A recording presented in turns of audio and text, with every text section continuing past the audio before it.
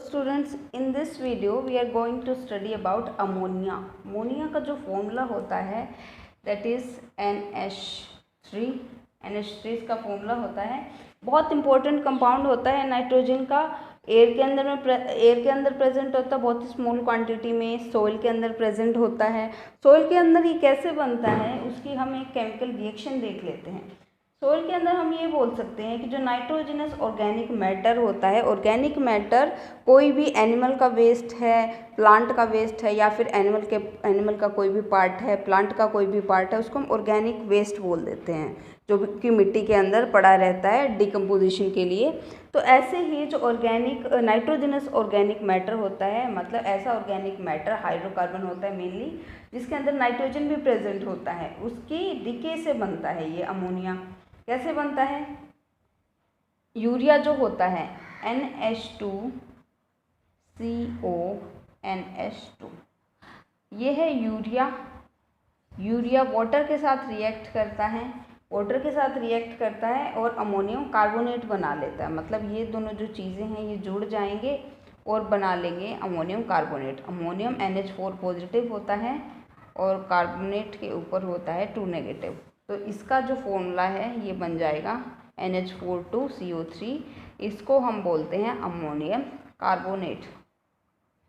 फिर से बोल रही हूँ मैं आपको, आपने अगर ऑक्सीडेशन स्टेट केमिस्ट्री के अंदर अच्छे से कर ली हैं, रिडॉक्स वाला चैप्टर अगर अच्छे से कर लिया है, क्योंकि उसी के अंदर ऑक्सीडेशन स्टेट होती हैं, तो आपको केमिस्ट्री बहुत ही बेटर वे में समझ में आएगी।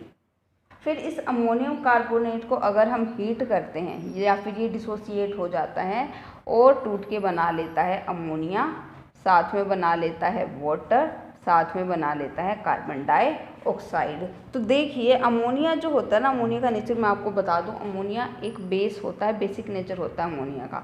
वाटर सबको पता है न्यूट्रल होता है नेचर में, और जो कार्बन डाइऑक्साइड होती है वो एक एसिडिक गैस होती है, ये एसिड होती है। तो देखिए मतलब कितनी वास्ट थिंग है ये, एक कंपाउंड है उसने डिसोसिएट होके हम एक बेसिक चीज़ दी है, एक न्यूट्रल चीज़ दी है और एक एसिड दिया है। तो ऐसे करके ना इस पे एक क्वेश्चन भी बन सकता है। इस पे क्वेश्चन पता है कैसे आ सकता है? कंसेप्चुअल क्वेश्चन आ सकता है इसके ऊपर से।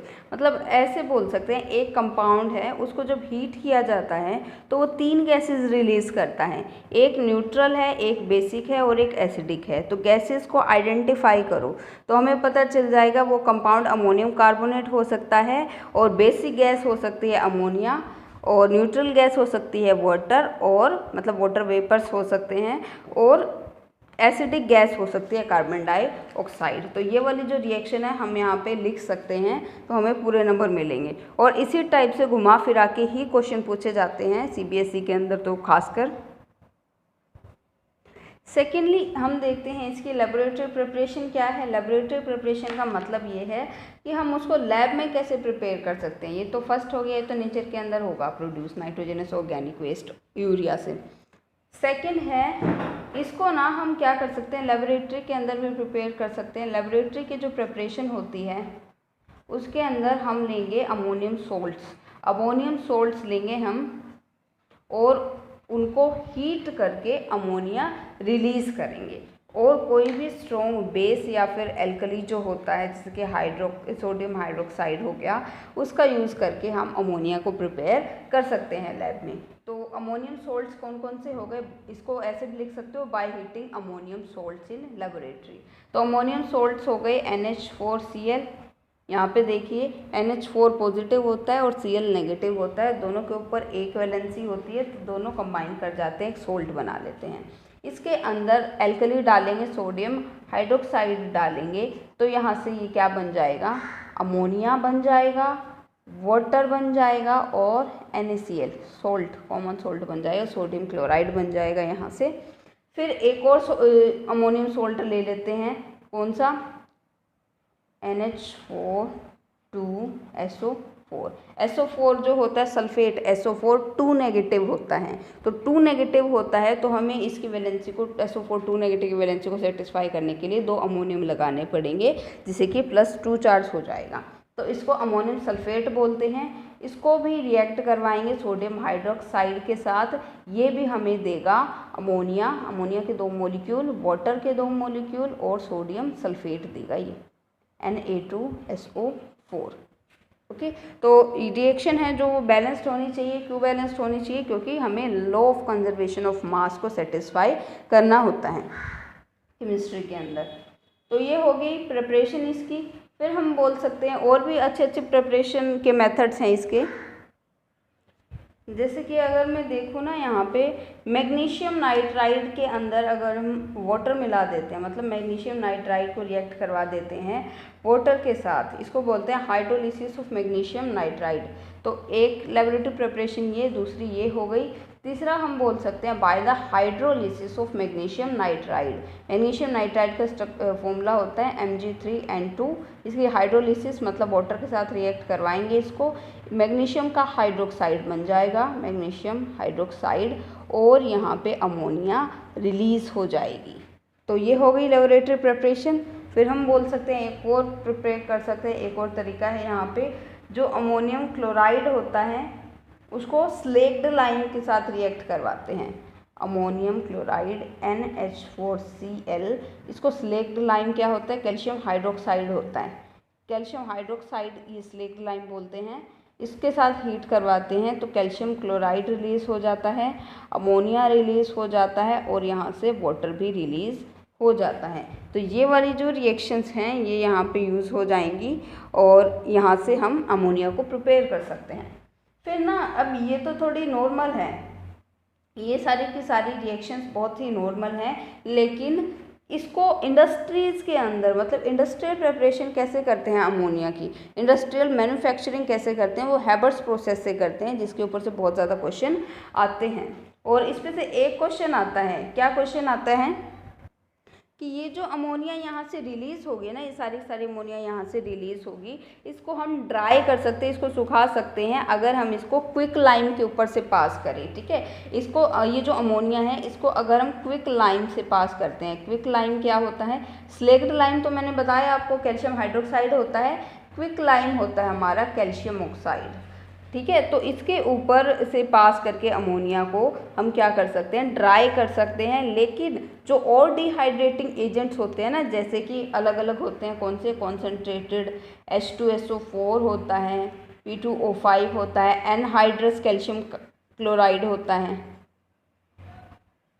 इनको हम यूज़ नहीं करते। ये नॉर्मल डिहाइड्रेटिंग एजेंट है, इनको नहीं कर सकते क्योंकि जो अमोनिया है ना इनके साथ रिएक्ट ही कर जाएगा और कुछ कंपाउंड बना लेगा। लेकिन जब ये क्विक लाइम के साथ कोई भी रिएक्शन नहीं देगा तो इजीली ड्राई कर सकते हैं हम क्विक लाइम का यूज़ करके।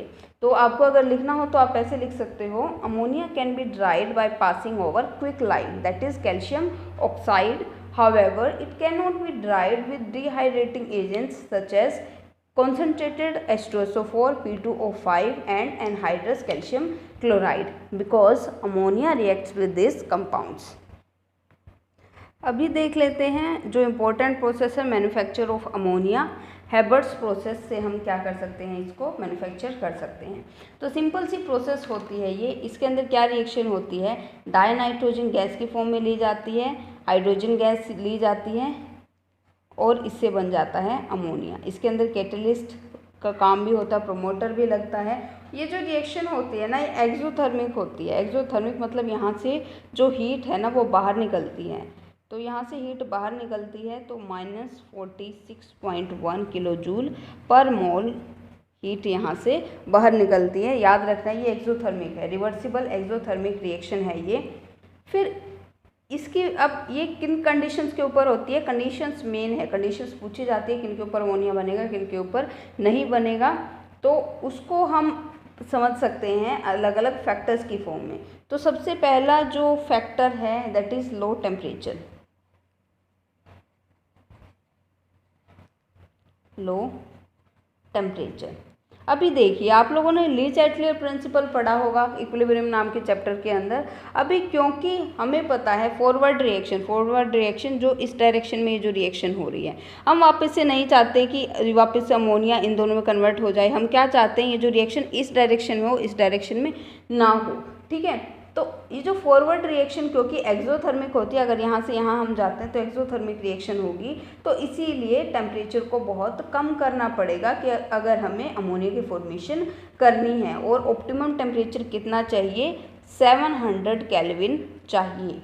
ही चाहिए टेम्परेचर यहाँ पे। अब क्यों, देखिए हम लोगों ने ली चैटलियर प्रिंसिपल पढ़ा था।